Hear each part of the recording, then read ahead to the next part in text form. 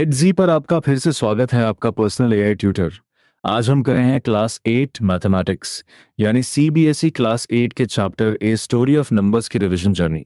मैं हूं गौरव और मेरे साथ हैं स्वाति। नोटबुक हो तो पास रख लो, लेकिन चाहो तो बस सुनकर भी रिवाइज कर सकते हो। नंबर्स याद तो रहते हैं, पर कभी सोचा है नंबर्स आए कहाँ से? आज हम उसी क्यूरियोसिटी से शुरू करेंगे। हम काउंटिंग की जरूरत, one two one mapping, early systems, Roman numerals, base, place value, zero, Hindu number system और एग्जाम टिप्स कवर करेंगे।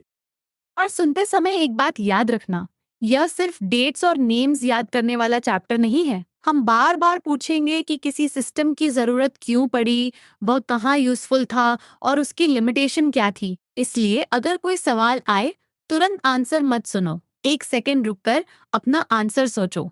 यही एक्टिव रिकॉल है और इसी से कॉन्सेप्ट्स मजबूत होते हैं। हमारा लर्निंग मैप सिंपल है। पहले रीमा की स्टोरी से हिस्टोरिकल कॉन्टेक्स्ट लेंगे, फिर समझेंगे कि ह्यूमंस को काउंट करने की जरूरत क्यों हुई। उसके बाद ऑब्जेक्ट्स, साउंड्स और रिटन सिंबल्स वाले मेथड्स आएंगे। फिर रोमन न्यूमरल से बेस और प्लेस वैल्यू तक पहुंचेंगे। अंत में देखेंगे कि जीरो और इंडियन सिस्टम ने नंबर रिप्रेजेंटेशन को इतना एफिशिएंट कैसे बनाया। चलो सीन इमेजिन करो। रीमा एक पुराने बुक से निकले पेपर पर स्ट्रेंज सिंबल्स देखती है। उसे लगता है कि ये कोई सीक्रेट मैसेज होंगे। वह अपने फादर के पास जाती है और पता चलता है कि ये मेसोपोटामिया में नंबर्स लिखने का एक तरीका था। यहीं से उसके दिमाग में कई क्वेश्चंस आते हैं। ह्यूमंस ने काउंटिंग कब शुरू की, क्यों की और मॉडर्न नंबर्स कब बने। एग्जाम पॉइंट ऑफ व्यू से रीमा की क्यूरियोसिटी चैप्टर का हुक है। उसका रोल कोई मैथमेटिकल फॉर्मूला बताना नहीं, बल्कि हमें यह सोचने पर मजबूर करना है कि नंबर्स नेचुरल चीज नहीं थे जिन ह्यूमंस ने बस खोज लिया। नंबर रिप्रेजेंटेशन धीरे धीरे विकसित हुई, अलग अलग जगहों और कल्चर्स में अलग तरीके से। तो मेरा क्विक क्वेश्चन, अगर तुम्हें वह एंशियंट पेपर मिलता तो पहला सवाल क्या होता? सिंबल्स किसके हैं या नंबर्स कैसे काम करते हैं? चैप्टर में रीमा का पहला रिएक्शन भी यही है कि स्ट्रेंज सिंबल्स नंबर्स कैसे हो सकते हैं। इससे हमें एक इम्पॉर्टेंट हैबिट मिलती है, किसी सिस्टम को समझने से पहले उसके पर्पस और रूल्स पूछो। रीमा के फादर बताते हैं कि मेसोपोटामिया वेस्टर्न एशिया के एक रीजन में स्थित एंशियंट सिविलाइजेशन थी, जिसमें प्रेजेंट डे इराक का बड़ा भाग और नेबरिंग कंट्रीज के कुछ हिस्से शामिल थे। चैप्टर की शुरुआत इसी कॉन्टेक्स्ट से होती है, लेकिन फोकस किसी एक सिविलाइजेशन पर नहीं रुकता। ये नंबर्स की रिप्रेजेंटेशन की पूरी जर्नी को एक्सप्लोर करता है। और ध्यान दो, चैप्टर हिस्टोरिकल डेवलपमेंट को हमेशा स्ट्रिक्ट क्रोनोलॉजिकल ऑर्डर में नहीं दिखाता। इसका उद्देश्य ये दिखाना है कि नंबर रिप्रेजेंटेशन के मेन आइडियाज कैसे उभरे। यानी आंसर में ये मत लिख देना कि हर सिस्टम एग्जैक्टली पिछले सिस्टम का इम्प्रूवमेंट था। एक्चुअल हिस्ट्री कॉम्प्लेक्स थी और कई बार पूरी तरह नोन भी नहीं है। अब स्टोन एज की तरफ चलते हैं। ह्यूमंस को काउंटिंग की जरूरत फूड की क्वांटिटी जानने, लाइफ स्टॉक में एनिमल्स ट्रैक करने, गुड्स के ट्रेड का रिकॉर्ड रखने और रिचुअल्स में ऑफरिंग्स गिनने के लिए थी। वे पासिंग डेज भी ट्रैक करना चाहते थे ताकि न्यू मून, फुल मून या सीजन के आने का अनुमान लगा सकें। एक सेकंड पॉज करके सोचो, क्या काउंटिंग सिर्फ स्कूल मैथमेटिक्स के लिए जरूरी है? नहीं। चैप्टर दिखाता है कि काउंटिंग प्रैक्टिकल सर्वाइवल और सोशल एक्टिविटीज से जुड़ी थी। फूड, एनिमल्स, ट्रेड, रिचुअल्स और टाइम, इन सब में क्वांटिटी का आइडिया चाहिए था। यही नीड आगे चलकर नंबर रिप्रेजेंटेशन के डेवलपमेंट की वजह बनी। लेकिन उस समय ह्यूमंस आज वाले डिजिट्स और नंबर नेम्स यूज नहीं करते थे। ये डिस्टिंक्शन इंपॉर्टेंट है। काउंटिंग की नीड बहुत पुरानी है, पर मॉडर्न ओरल और रिटन नंबर्स का स्ट्रक्चर बाद में विकसित हुआ। एंशियंट इंडियन टेक्स्ट्स जैसे यजुर्वेदा संहिता में powers of temper based number names मिलते हैं। इन टेक्स्ट में 1 के लिए एका, 10 के लिए दशा, 100 के लिए शत, 1000 के लिए सहस्रा और 10,000 के लिए आयुता जैसे नेम्स दिए गए थे। चैप्टर ये बताता है कि नेम्स पावर्स ऑफ 10 के पैटर्न से जुड़े थे और ये पैटर्न मॉडर्न ओरल नंबर से काफी मिलता जुलता था। अब हर्ड ऑफ काउज वाला सिचुएशन लो। हमें तीन बातें जाननी है। ग्रेजिंग के बाद सभी काउज लौटी या नहीं, नेबर से हमारी काउज कम है या नहीं, और कम हो तो बराबर करने के लिए कितनी काउज चाहिए। ये सब बिना मॉडर्न नंबर नेम्स या रिटन न्यूमरल्स के कैसे होगा? यही 1-to-1 मैपिंग काम आती है। मेथड 1 में हर काउ के लिए एक स्टिक रखो। अगर 10 काउज हैं तो 10 काउज और 10 स्टिक्स का पेयरिंग होगा। कोई काउ मिसिंग होगी तो स्टिक्स और काउज की संख्या मैच नहीं करेगी। यही 1-to-1 मैपिंग है। हर ऑब्जेक्ट का अलग कॉरेस्पॉन्डिंग ऑब्जेक्ट और किसी दो ऑब्जेक्ट्स को एक ही स्टिक से मैप नहीं करना। एग्जाम आंसर में 1-to-1 मैपिंग की डेफिनेशन प्रिसाइसली लिखना। किसी कलेक्शन के प्रत्येक ऑब्जेक्ट को स्टैंडर्ड सीक्वेंस के एक अलग मेंबर से एसोसिएट करना, इस तरह की कोई दो ऑब्जेक्ट्स एक ही मेंबर से एसोसिएट ना हो। स्टिक्स, पेबल्स या अवेलेबल ऑब्जेक्ट्स इसका सिंपल रिप्रेजेंटेशन दे सकते हैं। अब Q2 पर सोचो। अगर नेबर के पास स्टिक्स का बड़ा कलेक्शन है और हमारे पास छोटा, तो हमें फ्यूअर काउज हैं। Q3 में एक्स्ट्रा काउज जितनी चाहिए वह नेबर के स्टिक्स और हमारे स्टिक्स के अनमैच्ड हिस्से से पता चलेगी। यानी 1-to-1 मैचिंग कंपैरिजन और डिफरेंस दोनों में मदद करती है। मेथड 2 में फिजिकल ऑब्जेक्ट्स की जगह साउंड्स या नेम्स की स्टैंडर्ड सीक्वेंस यूज होती है। इंग्लिश अल्फाबेट के लेटर्स ए से जेड तक इमेजिन करो। फर्स्ट ऑब्जेक्ट को ए, सेकंड को बी, थर्ड को सी असाइन कर सकते हैं। इससे वर्बल रिप्रेजेंटेशन मिलती है, लेकिन अल्फाबेट में 26 लेटर्स होने के कारण लिमिटेशन भी है। कॉमन कंफ्यूजन ये है कि कोई भी नेम्स की लिस्ट नंबर सिस्टम बन जाएगी।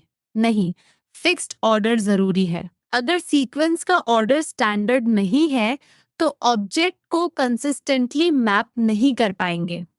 और सिर्फ 26 लेटर्स वाली सीक्वेंस अनएंडिंग नहीं है, इसलिए बहुत बड़े कलेक्शंस के लिए वह पर्याप्त नहीं। मेथड 3 रिटर्न सिंबल्स की सीक्वेंस पर बेस्ड है। चैप्टर का बड़ा आइडिया यह है कि काउंटिंग के लिए ऑब्जेक्ट्स, नेम्स या रिटर्न सिंबल्स की फिक्स्ड ऑर्डर स्टैंडर्ड सीक्वेंस चाहिए। इसी स्टैंडर्ड सीक्वेंस को नंबर सिस्टम कहते हैं। नंबर सिस्टम केवल डिजिट्स की लिस्ट नहीं, बल्कि प्रेजेंटेशन का व्यवस्थित तरीका है। नंबर सिस्टम की एक बड़ी चैलेंज है अनएंडिंग सीक्वेंस। नंबर्स का कोई एंड नहीं, इसलिए सिस्टम ऐसा होना चाहिए जो बड़े नंबर्स तक एक्सटेंड हो सके। स्टिक्स थ्योरेटिकली एंडलेस हो सकते हैं, पर इनकन्वीनियंट हैं, क्योंकि हर ऑब्जेक्ट के लिए स्टिक चाहिए। लेटर्स कन्वीनियंट हैं, पर लिमिटेड हैं। अब तक हम फर्स्ट मेजर आइडिया कवर कर चुके हैं। काउंटिंग की नीड से रिप्रेजेंटेशन की नीड आती है। फिजिकल ऑब्जेक्ट्स, नेम्स और रिटन सिंबल्स तीन ब्रॉड फॉर्म्स हैं। रिटन नंबर सिस्टम में जो सिंबल्स नंबर्स रिप्रेजेंट करते हैं उन्हें न्यूमरल्स कहते हैं। 0, 15, 36 और 193 हिंदू नंबर सिस्टम के न्यूमरल्स हैं। अब अर्ली नंबर सिस्टम्स को थोड़ा वाइडर लेंस से देखें। कई ग्रुप्स ने बॉडी पार्ट्स यूज किए, कुछ ने बोन्स या सर्फेसिस पर टैली मार्क्स बनाए और कुछ ने काउंटिंग इन टूल्स से नंबर नेम्स बनाए। ये सिस्टम्स हमें दिखाते हैं कि ह्यूमंस ने क्वांटिटी को रिप्रेजेंट करने के कई क्रिएटिव तरीके खोजे। बॉडी पार्ट्स का यूज काउंटिंग के लिए दुनिया के कई ग्रुप्स ने किया। चैप्टर पापुआ न्यू गिनी के एक ग्रुप का एग्जाम्पल देता है। इसका सेंट्रल आइडिया याद रखो, बॉडी पार्ट्स को स्टैंडर्ड सीक्वेंस की तरह यूज किया जा सकता है। ये फिजिकल रिप्रेजेंटेशन और ऑर्डर्ड नेमिंग दोनों के बीच का इंटरेस्टिंग कनेक्शन है। टैली मार्क्स भी बहुत स्ट्रेट फॉरवर्ड है। हर काउंटेड ऑब्जेक्ट के लिए एक मार्क फाइनल मार्क्स की कलेक्शन टोटल क्वांटिटी बताती है। आर्कियोलॉजिस्ट्स ने बोन्स पर ऐसे मार्किंग्स पाए हैं। टिशांगो बोन और लेबोम्बो बोन चैप्टर में अर्ली मैथमेटिकल आर्टिफैक्ट्स के एग्जाम्पल्स हैं, लेकिन इनके एग्जैक्ट पर्पस को लेकर लैंग्वेज केयरफुल है, जैसे possibly calendrical system या may have served as tally stick। यहाँ आंसर राइटिंग में रिस्पॉन्सिबल वर्डिंग रखो। अगर सोर्स कहता है may have served as a tally stick, तो एग्जाम में उसे निश्चित फैक्ट की तरह मत लिखो। कहो कि आर्टिफैक्ट पर नॉचेस थे और स्कॉलर्स ने उनके पॉसिबल यूज के बारे में थियरीज दी हैं। हिस्टोरिकल चैप्टर्स में एग्जैक्ट वर्डिंग बहुत मैटर करती है। अब गुमुलगल सिस्टम देखो, वहां 1 के लिए उरापोन और 2 के लिए उक्सार था। 3 को 2+1, 4 को 2+2, 5 को 2+2+1 और 6 को 2+2+2 की तरह बनाया गया। 6 से बड़े नंबर्स के लिए रस वर्ड यूज होता था। इस सिस्टम की खास बात है counting by twos. Single tally mark से ज्यादा एफिशिएंट तरीका हो सकता है। क्योंकि रिपीटेड ग्रुप्स को एक पैटर्न में रिप्रेजेंट किया जा रहा है। डिफरेंट कल्चर्स में ग्रुप साइजेस 2, 5, 10 और 20 जैसे रहे। रोमन सिस्टम में 5 का ग्रुपिंग क्लियरली दिखाई देता है। एक फैसिनेटिंग पॉइंट है कि गुमुलगल साउथ अमेरिका के बकेरी और साउथ अफ्रीका के बुशमैन के सिस्टम्स इक्विवेलेंट दिखाई देते हैं, जबकि ग्रुप्स जियोग्राफिकली बहुत दूर थे और कांटेक्ट का ट्रेस नहीं है। हिस्टोरियंस ने कॉमन एंसेस्टर्स जैसी थियरी पर विचार किया है, लेकिन इसे फाइनल सर्टेनिटी की तरह नहीं बोलना चाहिए। काउंटिंग बाय ग्रुप्स का रीजन परसेप्शन से भी जुड़ सकता है। ह्यूमंस एक ग्लांस में बहुत बड़े ग्रुप की एग्जैक्ट साइज तुरंत नहीं पहचान पाते, इसलिए टैली मार्क्स के ग्रुप्स को एक नए सिंबल से रिप्लेस करना यूजफुल था। यह आइडिया आगे लैंडमार्क नंबर्स तक पहुंचता है, जहां कुछ फेमिलियर रेफरेंस पॉइंट्स बड़े नंबर्स को मैनेज करने में मदद करते हैं। अब लिसनर चेक, अगर सिस्टम केवल फाइव्स में काउंट करता है तो 1345 रिप्रेजेंट करने में क्या डिफिकल्टी होगी? नंबर को ग्रुप्स में ब्रेक किया जा सकता है, लेकिन बड़े नंबर्स के लिए रिपीटेड ग्रुप्स कम्बरसम हो सकते हैं। यही लिमिटेशन दिखाती है कि ग्रुपिंग यूजफुल होने के बावजूद रिप्रेजेंटेशन को और रिफाइन करना पड़ेगा। अब तक फ्लो ये है 1-to-1 मैपिंग, फिर नेम्स या मार्क्स, फिर ग्रुप काउंटिंग। हर मेथड क्वांटिटी को रिप्रेजेंट करने में मदद करता है, लेकिन बड़े नंबर्स और कैलकुलेशंस के लिए कन्वीनियंस अलग अलग है। चैप्टर इसी कंपैरिजन से हमें एफिशिएंट सिस्टम की क्वालिटीज तक ले जाता है। अब रोमन नंबर सिस्टम पर आते हैं। इसके बेसिक सिंबल्स हैं I फॉर 1, V फॉर 5 और X फॉर 10। फिर 39 नंबर को as many tens as possible, फिर 5 और फिर 1s में ग्रुप किया जाता है। Example 27 equals 10 plus 10 plus 5 plus 1 plus 1, इसलिए XXVII। रोमन सिस्टम में लार्जर लैंडमार्क सिंबल्स भी हैं। L equals 50, C equals 100, D equals 500 और M इक्वल्स 1000। 4 को IV यानी 1 लेस देन 5 लिखा जा सकता है। 40 को XL यानी 10 लेस देन 50 लिखने का प्रैक्टिस भी मिलता है, हालांकि हिस्टोरिकल यूसेज हमेशा कंसिस्टेंट नहीं था। एक कैलकुलेशन ट्राई करो। 2367 को लैंडमार्क नंबर्स में तोड़ो। 2000s, 300s, 150, 110, 15 और 2 ones। रोमन फॉर्म बनेगी MMCCCLXII। यहाँ मेथड समझना ज़्यादा इम्पॉर्टेंट है। लार्जेस्ट लैंडमार्क से शुरू करो और रिमेनिंग क्वांटिटी को क्रम से Roman system previous tally method से एफिशिएंट था, क्योंकि हर सिंगल यूनिट के लिए नया मार्क नहीं बनाना पड़ता। लेकिन अरिथमेटिक ऑपरेशंस, खासकर मल्टीप्लिकेशन और डिवीजन, इसमें इजी नहीं है। एडिशन में सिंबल्स को काउंट और रीग्रुप करना पड़ता है, और ग्रुपिंग हमेशा एक ही फिक्स साइज से नहीं होती। तो रोमन सिस्टम को इंफीरियर कह देना ठीक नहीं होगा। यह अपने समय में कई पर्पसेस के लिए कन्वीनियंट था।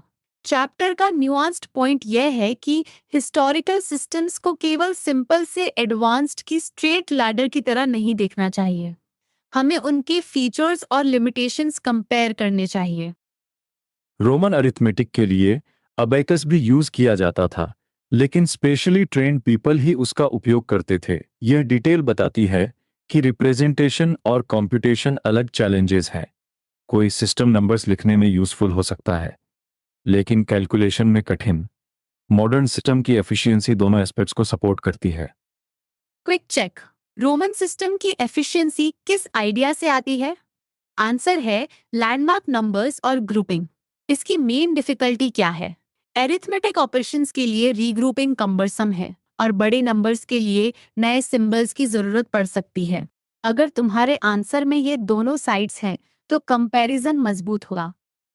अब हम चैप्टर के सेंट्रल मैथमेटिकल आइडिया बेस पर आ रहे हैं। इजिप्शियन सिस्टम में लैंडमार्क नंबर्स 1, 10, 100, 1000 और आगे पावर्स ऑफ 10 है। हर नेक्स्ट लैंडमार्क प्रीवियस लैंडमार्क को 10 से मल्टीप्लाई करके मिलता है, इसलिए ये BASE 10 सिस्टम है। अगर ग्रुपिंग फैक्टर 10 की जगह 5 हो तो लैंडमार्क नंबर्स होंगे 1, 5, 25, 125, 625 और आगे। ये पावर्स ऑफ 5 हैं। ऐसा सिस्टम BASE 5 कहलाएगा। एग्जाम्पल के लिए 143 equals 125 plus 5 plus 5 plus 5 plus 1 plus 1 यानी 5 की पावर्स के लैंडमार्क से रिप्रेजेंटेशन। डेफिनेशन लिख लो। बेस एंड नंबर सिस्टम में पहला लैंडमार्क नंबर 1 होता है और हर अगला लैंडमार्क करंट लैंडमार्क को फिक्स्ड पॉजिटिव इंटीजर n से मल्टीप्लाई करके मिलता है। इसलिए लैंडमार्क नंबर्स n की पावर्स होते हैं n to the power 0 equals 1, फिर n स्क्वायर्ड, n क्यूब्ड और आगे। एक इम्पॉर्टेंट डिस्टिंक्शन सुनो, grouping by a fixed number और फुल बेस सिस्टम बिल्कुल सेम नहीं है। ग्रुपिंग आइडिया सिर्फ रिप्रेजेंटेशन को एफिशिएंट बना सकता है। बेस सिस्टम में लैंडमार्क नंबर्स लगातार फिक्स्ड फैक्टर से मल्टीप्लाई होकर पावर्स बनाते हैं। एग्जाम में डेफिनेशन में फर्स्ट लैंडमार्क 1 और फिक्स्ड मल्टीप्लायर दोनों लिखना मत भूलना। बेस सिस्टम का एडवांटेज एरिथमेटिक में दिखता है। जब landmark numbers powers of the same base हो तो किसी लैंडमार्क को बेस से मल्टीप्लाई करने पर अगला लैंडमार्क मिलता है। दो लैंडमार्क नंबर्स को मल्टीप्लाई करने पर भी बेस की एक और पावर मिलती है। यही स्ट्रक्चर कैलकुलेशन को सिस्टमैटिक बनाता है। रोमन सिस्टम से कॉन्ट्रास्ट करो। वहां लैंडमार्क्स की सीक्वेंस 1, 5, 10, 50, 100, 500 और 1000 है। हर बार सेम फैक्टर से मल्टीप्लिकेशन नहीं हो रही, इसलिए रीग्रुपिंग और मल्टीप्लिकेशन लेस डायरेक्ट है। बेस सिस्टम में नेक्स्ट लैंडमार्क पाने का रूल यूनिफॉर्म होता है और यही इसकी ताकत है। इजिप्शियन सिस्टम नंबर्स को रिलेटिवली एफिशिएंटली रिप्रेजेंट करता था और कॉम्प्यूटेशंस भी इजियर बनाता था, लेकिन हायर पावर्स ऑफ 10 के लिए नए सिंबल्स इन्वेंट करने पड़ते थे। यानी बेस होना हेल्पफुल है, पर प्लेस वैल्यू के बिना सिंबल्स की अनएंडिंग लिस्ट की प्रॉब्लम पूरी तरह सॉल्व नहीं होती। यहाँ एडजी में इस एग्जैक्ट डाउट को सोक्रेटिक तरीके से टेस्ट कर सकते हो। BASE 5 में किसी नंबर को रिप्रेजेंट करते समय लार्जेस्ट पावर कौन सी चुनोगे और उससे कितनी बार सब्ट्रैक्ट करोगे? पहले खुद सॉल्व करो, फिर क्रमवार हिंट लो। ऐसे छोटे रिवीजन चैलेंजेस रोट लर्निंग से बेहतर रीजनिंग बिल्ड करते हैं। अब तक हमने अर्ली सिस्टम्स और बेस का कनेक्शन देखा। अबैकस भी डेसिमल सिस्टम का प्रैक्टिकल एग्जाम्पल था। लाइंस अलग अलग पावर्स ऑफ 10 रिप्रेजेंट करती थी और काउंटर्स उस पावर की अकरेंसेस दिखाते थे। अगर किसी लाइन पर टोटल काउंटर्स 10 से एक्सीड करे तो उन्हें नेक्स्ट लाइन पर रीग्रुप किया जाता था। अब mini recap. Roman system landmark numbers use करता है। इजिप्शियन सिस्टम पावर्स ऑफ 10 को लैंडमार्क्स बनाता है। बेस एंड सिस्टम में लैंडमार्क्स पावर्स ऑफ n होते हैं, लेकिन फाइनल ब्रेक थ्रू तब आता है जब सिंबल की पोजीशन ये डिसाइड करती है कि वह किस लैंडमार्क से जुड़ा है। अब हम प्लेस वैल्यू पर पहुंच रहे हैं। मेसोपोटामियन सिस्टम बाद के समय में BASE 60 यानी सेक्सिजिमल सिस्टम बना। इसके लैंडमार्क नंबर्स 163,600, 216,000 और आगे पावर्स ऑफ 60 थे। आज भी टाइम मेजरमेंट में इसका इन्फ्लुएंस दिखता है। 1 आवर इक्वल 60 मिनट्स और 1 minute equal 60 seconds. Mesopotamian representation का की आइडिया था कि राइट मोस्ट सिंबल्स 1s दिखाएं, उसके लेफ्ट वाले 60s, फिर नेक्स्ट 360 और आगे शुरुआत में अलग पावर्स के सिंबल्स यूज होते थे, लेकिन बाद में पोजीशंस मीनिंग देने लगी। यही प्लेस वैल्यू की दिशा में बड़ा स्टेप था। लेकिन ब्लैंक स्पेसेस कंफ्यूजन क्रिएट करते थे। अगर किसी पावर ऑफ 60 की कोई अकरेंस नहीं है तो ब्लैंक पोजीशन से नंबर पढ़ना कठिन हो सकता है। डिफरेंट मैन्युस्क्रिप्ट्स में स्पेसिंग कंसिस्टेंट न हो तो सेम सिंबल्स को अलग तरह से इंटरप्रेट किया जा सकता है। इसलिए प्लेस होल्डर की जरूरत सामने आई। प्लेस होल्डर का काम किसी पोजीशन पर क्वांटिटी का एब्सेंट होना दिखाना है। हमारे डेसिमल सिस्टम में 0 यह रोल निभाता है। जैसे किसी न्यूमेरल में टेंस प्लेस पर 0 हो तो वह प्लेस खाली नहीं छोड़ा जाता। 0 एम्बिग्विटी हटाता है। लेकिन मेसोपोटामियन सिस्टम में 0 का यूज हर सिचुएशन में फुल्ली कंसिस्टेंट नहीं था। Definition carefully. जिस नंबर सिस्टम में सिंबल की पोजीशन यह डिटरमिन करे कि वह किस लैंडमार्क नंबर से एसोसिएटेड है, उसे पोजिशनल नंबर सिस्टम या प्लेस वैल्यू सिस्टम कहते हैं। यह आइडिया फाइनाइट सिंबल से अनएंडिंग नंबर्स रिप्रेजेंट करने की एलिगेंट सॉल्यूशन देता है, क्योंकि पोजीशन बार बार नए सिंबल्स की जरूरत कम करती है। मायान सिविलाइजेशन ने सेंट्रल अमेरिका में independently place value system develop किया। उन्होंने मॉडर्न जीरो जैसा प्लेस होल्डर शेल सिंबल से रिप्रेजेंट किया। उनके सिंबल्स में डॉट 1 के लिए और बार 5 के लिए यूज होते थे और पोजीशंस वर्टिकली अरेंज थीं। लोअर मोस्ट पोजीशन वंस ऊपर 20s और फिर हायर लैंडमार्क्स दिखाती थीं। मायान सिस्टम को एक्चुअल BASE 20 सिस्टम नहीं माना जाता, क्योंकि तीसरा लैंडमार्क 360 था, 400 नहीं। फिर भी प्लेस वैल्यू नोटेशन और प्लेस होल्डर का यूज इंपॉर्टेंट एडवांस था। यहाँ सोर्स की लैंग्वेज याद रखो। सिस्टम में कुछ पावरफुल आइडियाज थे, भले ही वह पूरी तरह यूनिफॉर्म बेस्ड सिस्टम न हो। चाइनीज रॉड न्यूमरल्स डेसिमल यानी BASE 10 सिस्टम थे। सिंबल्स 1 से 9 तक थे और जोंग तथा हैंग फॉर्म्स अलग प्लेस पोजीशंस में यूज होते थे। Blank space skipped place value को इंडिकेट करती थी। हिंदू सिस्टम की तरह प्लेस पोजीशन इंपॉर्टेंट थी और जीरो सिंबल मिलने पर system fully develop place value system बन सकता था। अब एक प्लेस वैल्यू एग्जांपल बोलकर समझो। 375 का अर्थ है 3 times 10 squared plus 7 times 10 plus 5 times 1।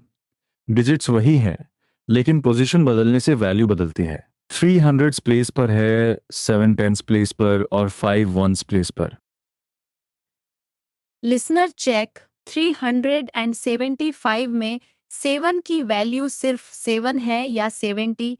तुम्हारा आंसर 70 होना चाहिए क्योंकि वह टेंस पोजीशन पर है। यही एब्सोल्यूट वैल्यू और प्लेस वैल्यू का डिफरेंस समझने का अच्छा तरीका है। चैप्टर बताता है कि इंडियन सिस्टम में सिंबल की पोजीशन और उसका डिजिट वैल्यू दोनों साथ काम करते हैं।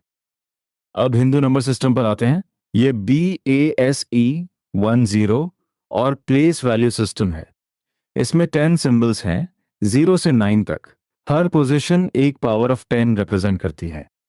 एक ही डिजिट को अलग पोजीशन पर रखकर अलग वैल्यूज रिप्रेजेंट की जा सकती हैं। इसलिए फाइनाइट सिंबल से बहुत बड़े नंबर्स लिखे जा सकते हैं।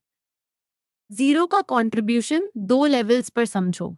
पहला, जीरो प्लेस होल्डर है जो प्लेस वैल्यू पोजीशन को क्लियर रखता है। दूसरा, इंडियन मैथमेटिक्स में जीरो को अपने आप में नंबर का स्टेटस भी दिया गया, यानी जीरो सिर्फ ब्लैंक का साइन नहीं रहा, उस पर अरिथमेटिक ऑपरेशंस भी किए गए।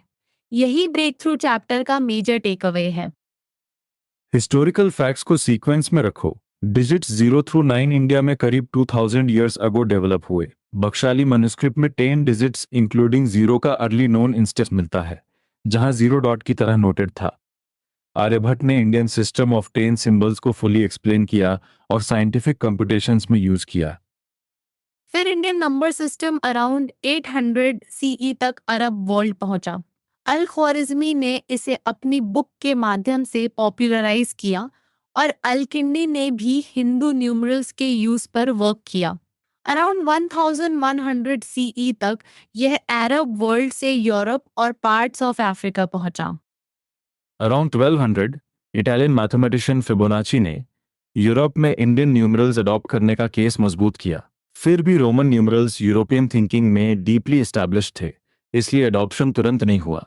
यूरोपियन रेनेसांस और 17वीं सेंचुरी तक इंडियन सिस्टम को न अपनाना साइंटिफिक प्रोग्रेस में बाधा बन सकता था। एक टर्मिनोलॉजी कंफ्यूजन क्लियर करें। यूरोप में स्कॉलर्स ने न्यूमरल्स अरब वर्ल्ड से सीखकर उन्हें अरेबिक न्यूमरल्स कहा। अरब स्कॉलर्स इन्हें हिंदू न्यूमरल्स कहते थे। हिंदू शब्द यहाँ रिलीजन को रेफर नहीं करता, यह ज्योग्राफी या पीपल ऑफ ओरिजिन से जुड़ा है। कॉमन टर्म्स हैं हिंदू न्यूमरल्स, इंडियन न्यूमरल्स और हिंदू अरेबिक न्यूमरल्स। आर्यभट्ट के बाद ब्रह्मगुप्त ने 0 को नंबर की तरह यूज करने और उसके अरिथमेटिक प्रॉपर्टीज को कोडिफाई किया। चैप्टर एग्जांपल्स देता है कि 0 प्लस एनी नंबर वही नंबर देता है और 0 टाइम्स एनी नंबर 0 देता है। 0 और नेगेटिव नंबर्स के साथ आगे मॉडर्न मैथमेटिक्स की फाउंडेशंस मजबूत हुई। अब एग्जाम रिवीजन शुरू करते हैं।